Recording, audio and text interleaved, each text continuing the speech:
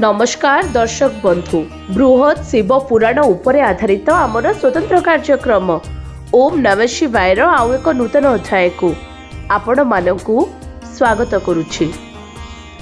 शिव पुराण अनुसार भगवान शिव एवं माता पार्वती 6टी संतान थिले एवं 6टी संतान मध्यरे तांकर 3टी झियो थिले एवं 3टी पुओ थिले, जेउथिरे माता पार्वती 2 पुत्रंकु जन्म देइथिले।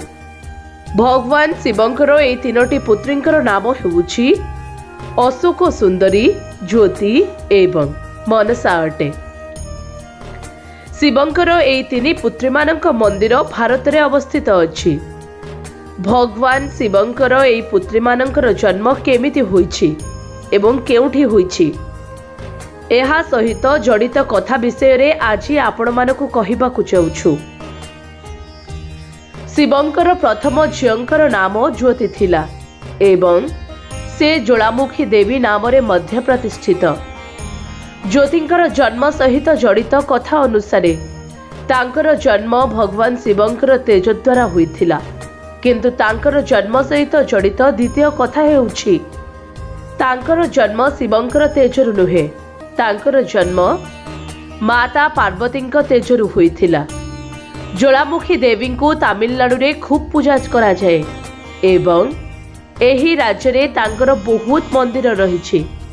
कुहा जाए माता पार्वती को गोटे पुत्रीर इच्छा थिला, से निजर एकुटिया पड़ को दूर करिबा पई एक पुत्री को जन्म देइथिले एवं तांकर नाम अशोक सुंदरी रखिथिले।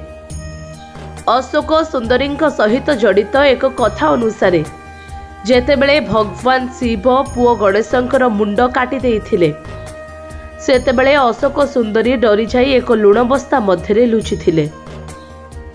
सेथिपाई तांकर पूजा करिबा पाई लुणर व्यवहार करा जाए। भारतर गुजरात रे अशोक सुंदरींकर अनेक मंदिर अवस्थित। भगवान शिवंकर तृतीय पुत्रींकर नाम मनसा थिला एवं मनसांको माता पार्वती जन्म देई नथिले।